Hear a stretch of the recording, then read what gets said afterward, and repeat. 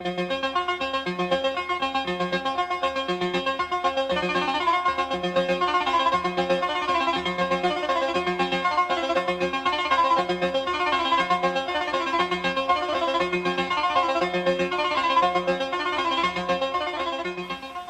Dirty Jersey sports fans. It's June 14th, 2010, Monday night. I'm joined by Willie Will. What's up, what's up? And the special re-intro to our friend down in Manayunk, Philadelphia, one and only TDJ. Can you see him right there? What's up, Willie Will and Timbo? What's going on, man? How was your week, bro? Oh man, it was phenomenal. You heard Great that? week. You guys missed out. You guys should have been down there. Yeah, we were supposed to be on location, but something happened. I don't know what happened. Gotta pay the bills. Yeah, there you go. I understand. You got to go hang out with your mother at some point or another, right? That's right. You're watching me? No, you told me that you miss her if you came on down here. That's all right though. All right, well, jumping right into the sports week, we're gonna go with some NBA Finals now. And any opinions on this, or guys? Anything? Yeah, actually I do. My question to you guys is, who's in a better position to win the series right now? The Lakers or the Celtics? TDJ? I'll be perfectly honest with you, I think it's going to be the Celtics. You know, they're playing like a team.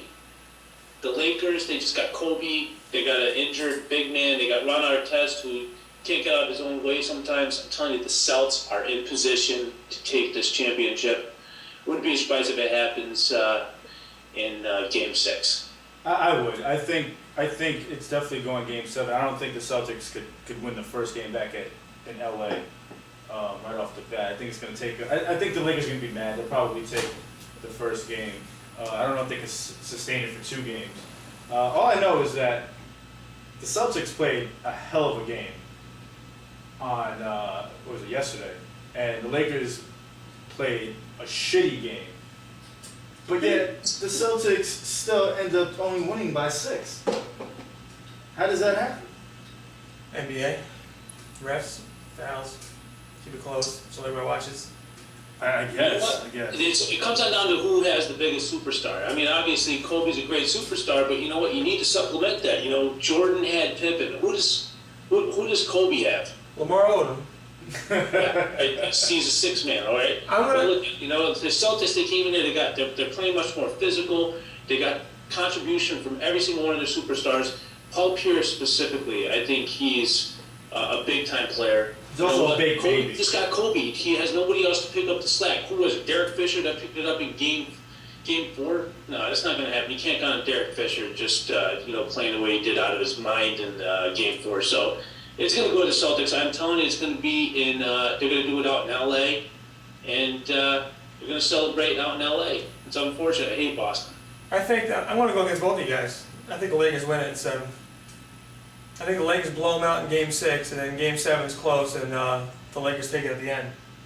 Well, there's a strange statistic is whoever wins the rebounding matchup for the night wins the game. So that'll be one thing to check out. Also, whether or not Boston can hold the Lakers under 100 points. If the Lakers haven't won in the playoffs this year after being held under 100 points, so the defense is what's, I think, going to suffocate the Lakers, unfortunately. And with that said, I think that the Celtics have won every game where they hold their opponents under 100 points. So that's another strange statistic that could work out in the Celtics' favor. But what I'm saying is that it's going to be a good game either way because you have the best road team in the NBA playing the best home team in the NBA 2 games. Yeah. So, and I don't see the Lakers going out in 6. I just can't see it because there's too much money on Game 7. And we've only had a couple of Game 7s in the last 15 years, I can think of. I just can't see the Celtics winning 3 in a row. You know what I mean? That would be 3 in a row. I can't see that happening. I can see the Lakers, gutting one out, regardless of who's the hero. We all know who's going to be the hero, I guess, for the Lakers. It's Kobe Bryant, but whoever the secondary hero is, I don't know. But I just see the Lakers winning Game 6. All right, let's move on to something else real quick. And hold on, Rondo is definitely the best point guard. I know we said this a couple couple weeks ago. In the NBA? In the NBA. He's contributing to be one of the best. Dude, he did some stuff last night that was amazing. Absolutely amazing. Steve Nash. Showed some guts. Steve Nash plays by himself. He does, and he doesn't win, so whatever. We'll see when all the stars are with the Celtics.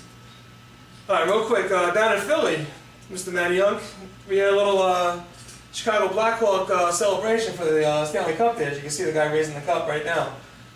Any thoughts? Any problems down there at the game? Anything you can tell us? You know what? It was something that it was. Them winning throughout the course of the playoffs was just delaying the inevitable. You know, and everybody in Philly knew it. They knew that they were just playing on borrowed. They were playing with house money at that one point. You know what I'm saying? So everybody, when they lost, they weren't too happy. I like to rub it in people's faces down here because I can't stand Philadelphia fans in general, and I just like to rub it in their face a little bit. I showed my, I showed TDJ represented, and he just wasn't having any of that stuff. So it was good for us here in Philadelphia who don't like Philadelphia. And I gotta say, Patrick Kane, how cool is Patrick Kane? You guys saw that video of the Blackhawks guy. I mean, he's my kind of guy. You know, he likes to drink, likes to party, likes to harass women. And Beat up cab drivers? Yeah, you saw, drivers, that's right. you saw his post-game interview? It was at the Yeah. This is at the parade. He was doing all this stuff, and he was hammered while he was doing it. So, Awesome. you know, I just want to give a big TDJ what's up to Patrick Kane for being my kind of guy. Salute. Now, did you, there's no riots or anything down in Philly, though? Everything was cool? Yeah, it was. Everybody was pretty subdued. It really wasn't anything special. I mean, everybody just kind of like, went off. Hockey really doesn't exist in like 3/4 of the year. They have no idea what the hell hockey is. It's like soccer in Same thing in America. Philly. Philly's no different from the rest of the world, man. Yeah, but once they get into a place of, a good position, all of a sudden everybody's a Philadelphia Flyer fan. Just like every other sport they participate in. Except There's a football. lot of Football, there's a they're pretty symbiotic relationship. I mean, it's not just the Flyers. You also have people rooting for the Phillies. And as big of a high as the That's what I'm saying. Flyers are, and you got to temper that enthusiasm with what's going on with the Phillies because they've just been horrible. They've just been horrible, pathetic. So. They were balancing that out. So I think it was kind of keeping them even keeled. If the Phillies were doing well, then they would have just been like the Boston Red Sox of the 21st century. It's just terrible. The funny part is, Mikey Bott, he got tickets to that game. It was his first ever NHL game. Sorry, Mikey. So he's definitely the Flyers jinx. fan? Yeah, he's a Flyers fan. He's a big Sixers fan, too. You should pay him to stay away. He's going to be on the payroll Sorry next year about for that, that. Mikey Bott,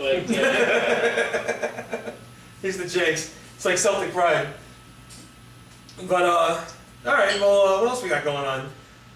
Well, I'll tell you this, man. I actually watched that whole game. Like that was one of the first NHL games I've watched all the way through in a very long time. And every time I sat there and watched the game, as every second went on, made me hate Philadelphia fans in general more and more and more. I swear to God, man. There was one segment where the referee almost gets hit in the face with the puck in the first quarter or the first period. Everybody starts cheering. The whole, and it's not just one group here or one group there. It's the whole fucking stadium.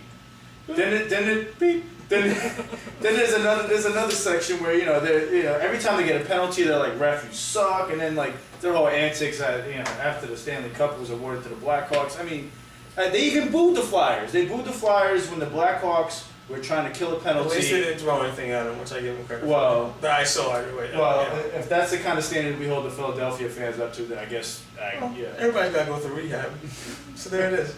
they're just terrible, man. All right, well, we're going to pick up with that in the second segment, a bunch of fan questions and stuff like that. But, all right, I hope you tune back in for segment number 2.